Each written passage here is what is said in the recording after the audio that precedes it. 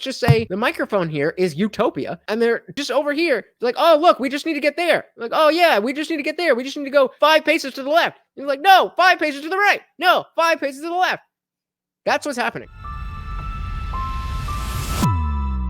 You showed me, hey, here's a guy who's a government bureaucrat, but he's funneling money to corporations in a way that is wrong, then of course fire that guy. But if you come in and you blanket fire everybody in the Department of Education, Department of Energy, Department of this and that, and then you find out, oh, Department of Energy runs the nukes. Oh no, we don't have staff to run the nukes. You can just put, like, you don't have to have an entire department to do this thing, just because right now this department covers that thing. If I need some, there needs to be somebody to take care of Morty, right? I'm the person who takes care of Morty. If I were to die, that doesn't necessitate that Morty has to die. Somebody else could feed my dog.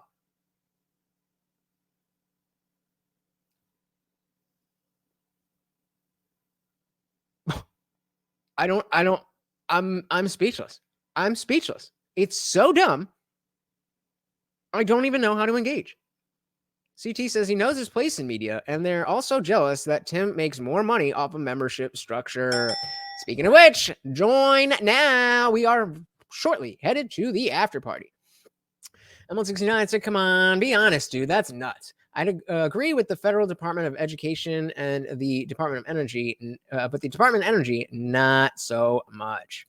Yeah, I mean, it's a flimsy straw man argument that's being tossed because, oh, well, he wants to fire people. So therefore, we're not going to have anybody to run the nukes. What? That's like, talk about a leap in logic. Okay, so not saying I will always vote Republican. I will vote the best candidate, and Trump is the best. He now has even more insight into the full corruption of the deep state. Absolutely, yeah. When I had to renew my license at the end of the year, and I was a registered Democrat just because I hadn't voted since Hillary. And I was like, well, fuck, it's about that time. Card carrying Republican. Even though I don't think of myself as a Republican at all. Certainly not a Democrat. Definitely. And we need staff to run the nukes. Well, so here's how I see it. I agree with you on the corruption. I think bureaucrats are part of that corruption.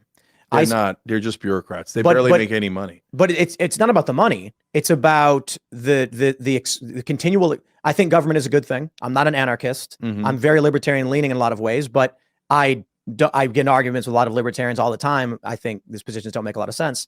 But, well, that's where libertarianism and you hear minarchy as opposed to anarchy a lot. And I don't know. I have to do a little bit of a deep dive into minarchy and to understand exactly what it is. But just based on the word, understanding what anarchy is, no leaders and no formal structure, it sounds like they want a minimum amount of structure that we need. So it sounds good to me. CT said most federal departments are not necessary. Federal government can be small, strong state government. There you go. There you go. And I think that sounds minarchist. I'm coming from ignorance here, but that sounds like what they are looking for. But the issue is let's just call it an audit then. Let's say, I would vote for an audit so quick. But like not just financial, but staffing. The job, yeah, yeah. But he's fine with that, but he's just not fine with the exact same thing happening because Trump. That goes to the core of the problem. Like if you gave me an honest person that's doing a staffing audit, I think we should audit the Fed. I think the Pentagon never passes an audit.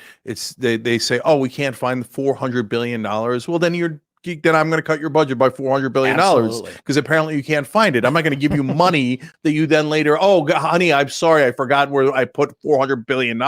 There we go. We have a point of agreement. Build on that. President or not, build on that. Right. So and by the way, you want to talk about corruption and bureaucrats. Actually, the number one cause for concern, other than politicians themselves that get corporate contributions, are the generals, because the generals almost all get hired by defense contractors after they retire. Yeah, so they literally have millions of dollars on the line, and they know they're all, if they play ball, they're going to get rich, and they're going to have a house in McLean or Fairfax, Virginia. It's not going to be a house, it's going to be a mansion.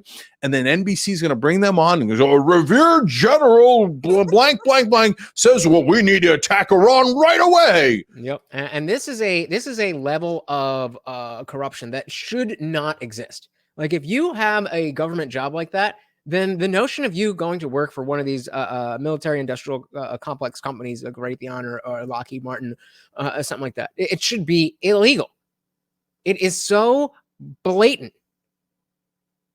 And you know, the revolving door of people going into the government, giving favors to people, then leaving government, and then getting hired by the people who've done favors, who are now getting new favors from the next person that's off, and around and around and around we go. We all get poorer and have less shit and less freedom. They get more money and more power. Why is that okay? Why is that okay? Soul the Soul said they would try to start World War III if Trump won again, just like the pandemic. So in that sense, Cenk may be sadly right.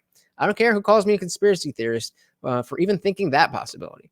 Well, I mean, at this point, so much shit is within the realm of possibility that never would have been in the realm of possibility before, that saying a conspiracy theory, you know, just being called a conspiracy theorist just means you're actually thinking about shit. That's really all it means. I mean, certainly you can go too far with it, but everybody is getting called a conspiracy theorist just because they're not accepting at face value what they're being told. This says the initial founding of this nation was based on decentralized power for sure. The feds were only supposed to have power explicitly delegated in the Constitution. But they have used the necessary and proper clause and the commerce clause to grab way more power than they were ever intended to have. Yep. And yeah, see, stuff like that, we agree. We are, that's the horseshoe of politics, is that Tim is here, or let's do it this way. Tim is here and Cenk is here. But the political spectrum goes like this. So they're not on opposite ends. They're very close together. They're just looking at the same, let's just say the microphone here is utopia, and they're just over here. They're like, oh, look, we just need to get there. They're like, oh yeah, we just need to get there. We just need to go 5 paces to the left. And you're like, no, 5 paces to the right. No, 5 paces to the left. That's what's happening. That's what's happening. And if we just focus on what do we have in common, what can we use that we have in common that can address these things, then we'll actually get somewhere. But as we've seen, especially on the left, they care so much. They care so much about winning this game that they're playing that doesn't really connect to real life. It's just a way, it's just a thing, it's just a hobby. If we don't tell the truth, it's whatever. This is the problem. It's not us. It's not us. You have to sit and really question, is it us? Is it me? What am I doing wrong? But at a certain point, you have to be able to determine, okay, it's not me. I'm here. I'm trying to understand you. I'm trying to discuss things with you. I'm trying to do everything I can, but I just can't, because you are not trying to achieve the same goals that I am. Similar to what's going on with Israel and Hamas. You can't you can't attempt a two-state solution when one state is not open to a two-state solution. Yep, exactly. And Blinken, yep, I recognize that name. And I don't even, Anthony Blinken, State Secretary, was a lobbyist. Blinken and Austin started Pine Island Capital Partners to give lobbyists a direct line while they're serving. I mean, it's a revolving door. Context of World War III will already have started by the time Trump got in. I just see him being the one to end it peacefully. I hope. I think we've passed that Rubicon. I don't know how all of this goes away without a lot of people dying. And that is solely in the hands of the Democrats and Joe Biden. There is only one. There is only one no war president in recent history. Whatever you want to say, that is Donald Trump. Thanks so much for watching, guys. If you enjoyed that clip, check out the full live stream link in the bio and catch me live every Monday, Wednesday, Friday, 8 p.m. Eastern. See you there.